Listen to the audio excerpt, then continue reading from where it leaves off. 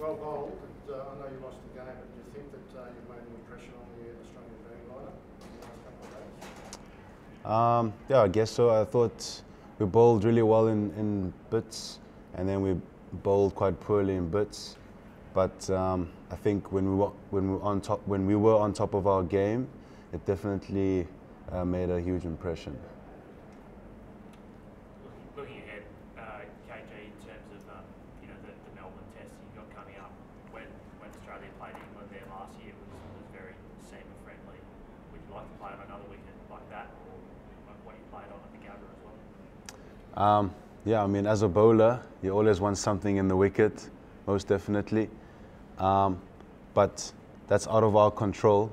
Let's see what we are dealt with, and we have to embrace whatever we're dealt with.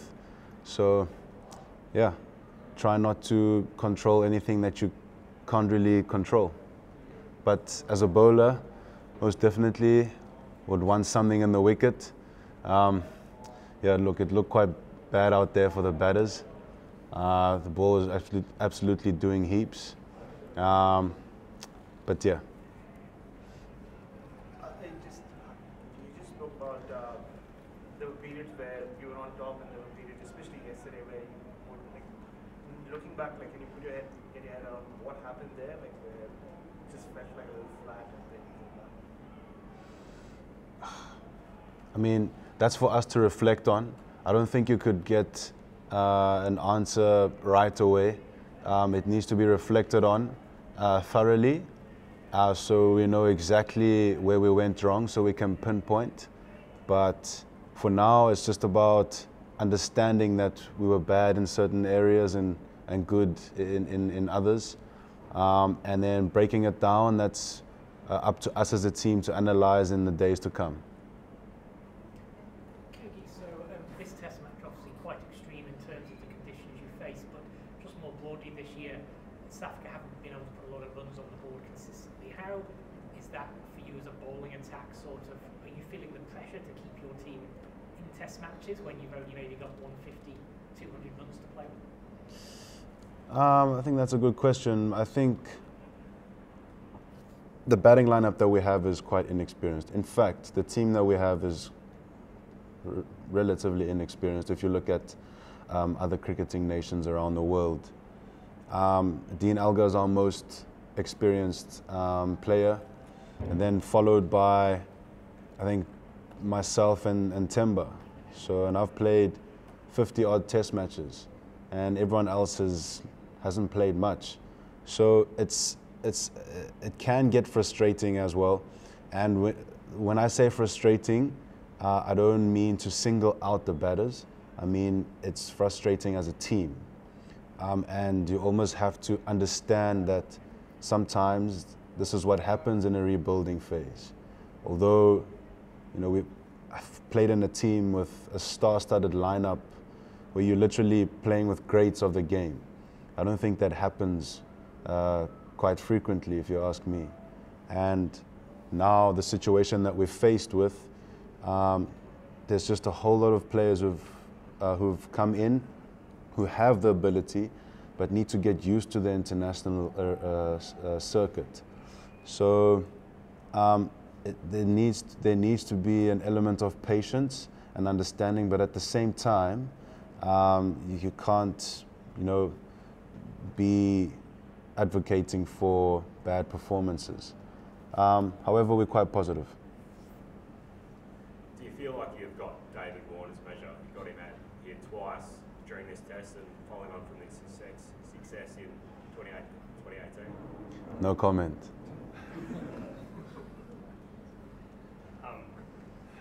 Did you have a specific game plan for Warner in this test? No. A lot of the time, yeah, we do have plans. I mean, wouldn't be a plan if I gave it away. But generally, cricket is a simple game.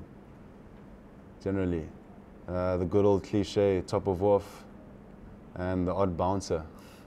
But yeah, with the amount of analysis these days, there are specific plans for certain players, most definitely.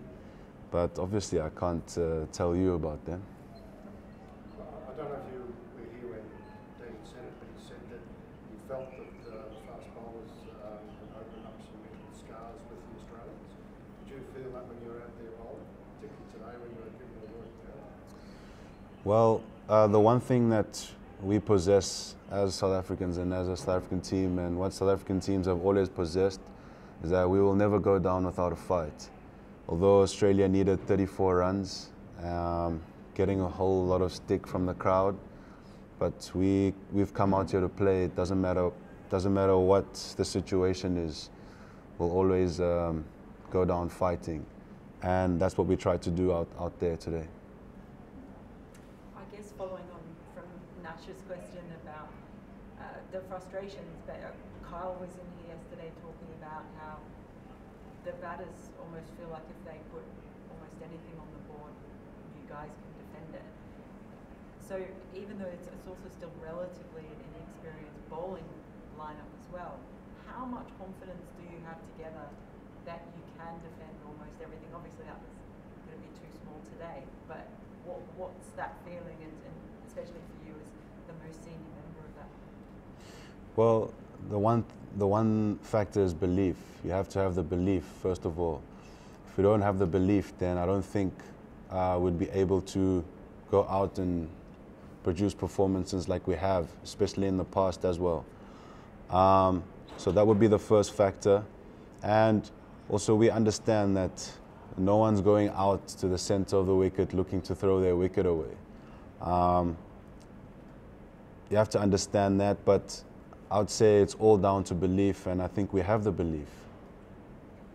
Two last questions.